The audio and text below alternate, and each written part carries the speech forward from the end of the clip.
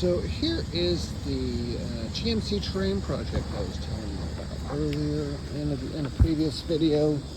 The deer. So it's just the right headlight here, and then this area. I had to replace this fog light, this headlight, and that was it on the front.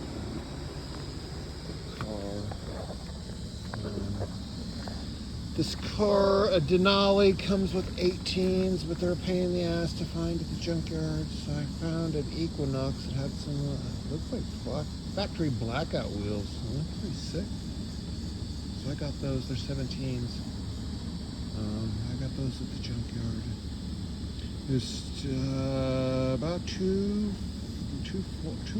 I think, for a full set of 4 wheels and tires from the junkyard. That was separate. That's nothing to do with the accident. That's just a separate thing I did recently. As far as the rest of the problems with the accident, I had to replace the seat belts, both seat belts. The interior, just a piece of Gorilla Tape. We got this car with 80,000 miles on it. It has 198,000 on it now. The tear in the seat was there when we got it, and that Gorilla Tape is really working out nice.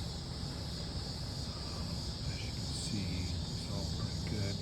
The sunroof drain, when I put compressed air to it, it was dripping water into the passenger compartment. That's just a piece of electrical non-metallic tubing. I rerouted it. Otherwise I was going to have to take the whole dash out. I replaced the cabin filter while I was down there.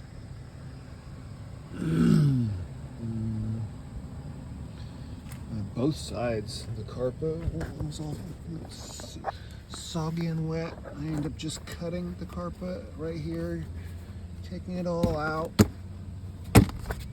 It's fixed now though, dry and everything.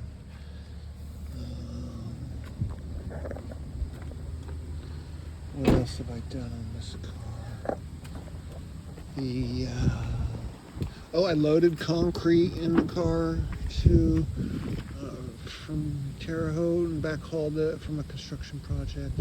Smashed it up and made a turnaround in the driveway. The concrete actually broke like the plastic. So I put a piece of 3/4 ACX, I think, plywood down to replace it. These WeatherTech mats are so sweet.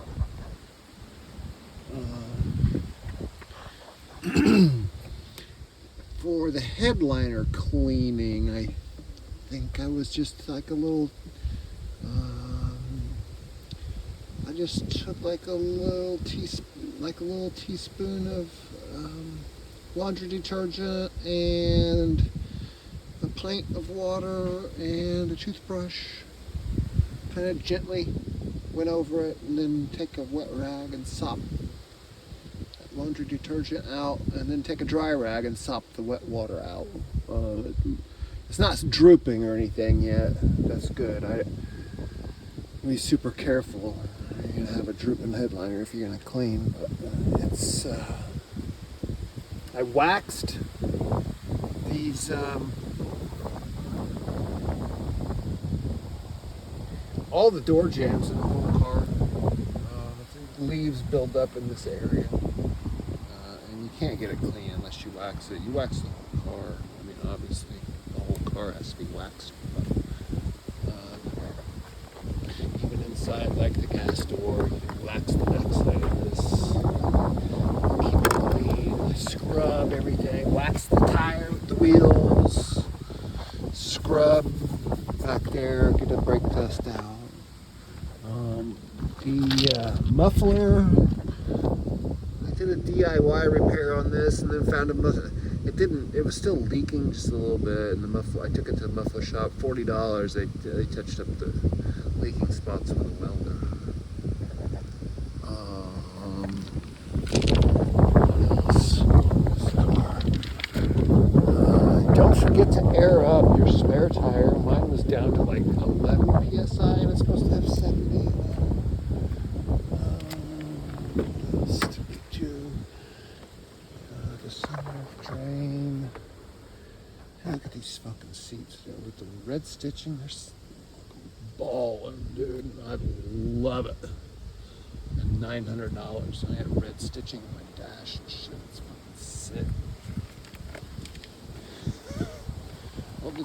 See, like the wax on the door jambs and shit. Pimping there.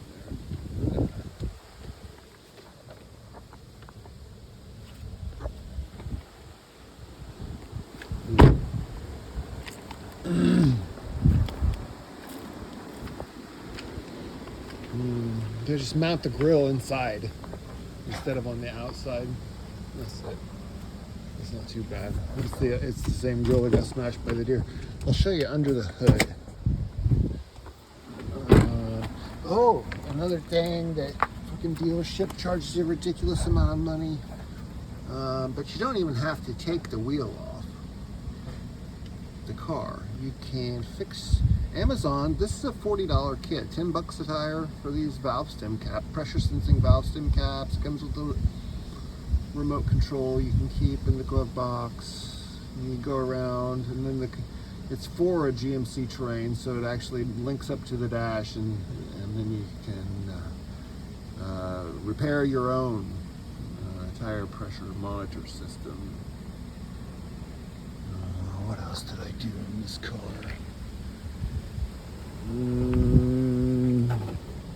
During the collision,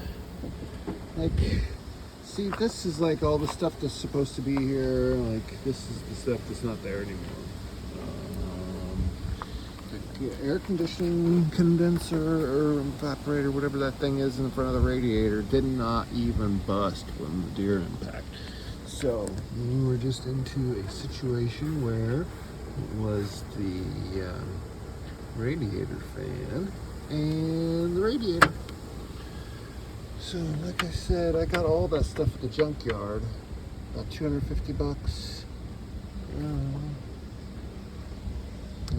And I tested. You can get a test kit. You can test your coolant for acidity and your brake fluid for water. Those both passed inspection. It's got a new air filter, a couple of new oxygen sensors back there.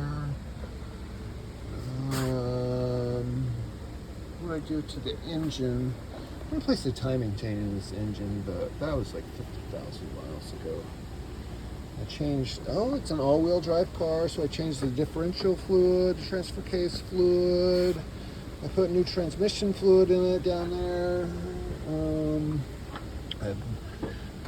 I ran some transmission fluid through the motor and loosened the rings up, and now I don't use oil as bad. Another thing I did, took the intake manifold off, cleaned the PCV valve out, because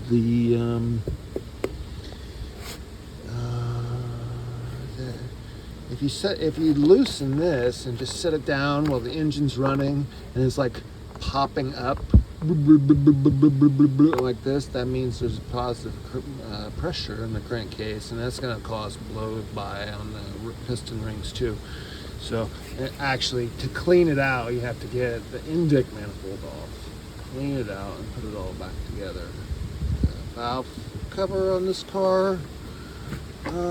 Every time I change the oil, I check the valve cover bolts, because it's like a one-time use valve cover, believe it or not.